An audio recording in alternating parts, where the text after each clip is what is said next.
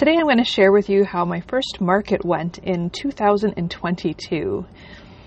Hello there, my name is Tanya Stephenson and I am an independent author. I have been publishing my own books since 2020. Most of them have been short stories, but don't worry, novels are on the way. Now today I'm a little bit less scripted. I'm going to read for you some of the notes that I've made based on how my market went. So I sat there during the day, I had my notebook with me, and I just kind of took some notes as to the highlights to share with you. So early in 2021, I learned how to format my books for print, and I printed them as short story booklets at home, including a colored cover page.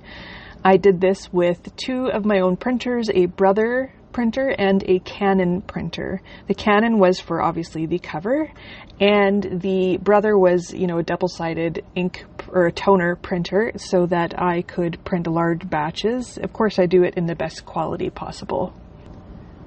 On May 7th, which was the Saturday before Mother's Day, I signed myself up for a vendor market in Petersfield, Manitoba, hoping that being so close to Mother's Day, maybe I could make some book sales.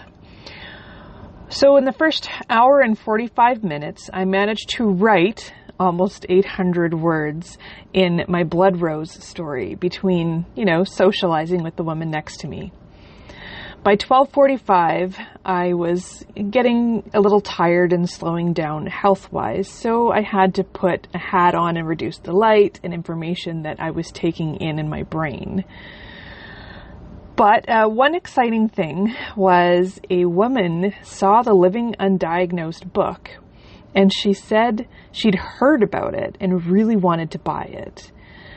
So this was pretty exciting considering, number one, I'm not a big name author. Number two, it's not like my name has been marketed extremely well locally. And number three, the book has only been out for a short period of time, so I was very surprised, pleasantly surprised, I might add, that somebody had actually heard about my book. Anyway, so then I gave away a whole bunch of bookmarks and business cards. And yes, I actually remembered to bring my business cards with me, which was absolutely wonderful. And then another lady really liked my cover for Tales of Alganthus, and then we ended up talking quite a bit about living undiagnosed and the importance of good health. I felt like we really connected, and it was a great conversation. So my anxiety had been terrible throughout the entire day. I was very slow and tired and tense and having shortness of breath. But I was thankful that I survived the day and was able to drive myself home. And then I also had another woman. Now this was actually funny. I was sitting at the table and I'm on the side of the table. And I look on a diagonal across the room to where the entrance was. And this woman entered the room and literally beelined straight for me. And I thought, oh boy, did I do something wrong? So this woman comes up to me and she said, your books would sell really well in the local art gallery. And I asked, well, what do you mean? And she says, well, if you become a member of this art gallery in town, then you are allowed to sell your books kind of like on consignment through the art gallery. Now, I'm not sure if this is something that I'm going to do. I used to go through the art gallery. I used to be very heavily into painting with oils, acrylics. I actually did a lot of pencil crayon art too, if you can believe it, when I was younger. But it's been so many years since I've done much with my art. So I don't know if paying for a membership is something I want to do. Maybe once I get a full novel out there, because again, all of these books that I've been making are short story ebooks that I've turned into printed workbooks, or printed booklets, not workbooks. I do not make workbooks. Anywho, so I don't think I'm going to go through with that, but in the end, after the very, very, very, very long day, I sold only 4 books. Now, one of the reasons for this is they said it was a very quiet day. It is probably one of the quietest days they'd had that season so far, and it was a little bit of a disappointment. So with the cost of the table being $25, which actually I thought it would be $30, but it ended up being $25. If I take out the cost to print the books and so on, I'm in the negative. But if I look at the print cost as a separate expense, then I made enough to cover the cost of the table. And the benefit is I made a few new connections. People were interested in just checking out who I am as an author locally. And then, of course, I talked a lot about Living Undiagnosed. 2 of those copies sold, which was really exciting for me.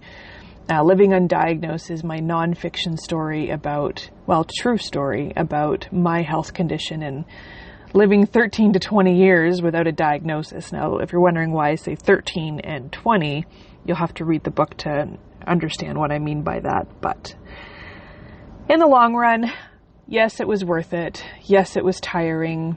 I was going to book another vendor show for June, the end of June, and another one in July. But honestly, it's going to be outdoors, and I do not have a canopy, like a pop-up tent that I can use for my table outside, and I know that I cannot sit in direct sunlight. Last summer, I actually had some experience with sitting under trees and getting tree sap all over my booklets. And anytime there was a subtle breeze, all of my bookmarks would go flying, and sometimes even the books would slide across the table. So because these are lighter books, it just doesn't work for me to be outside.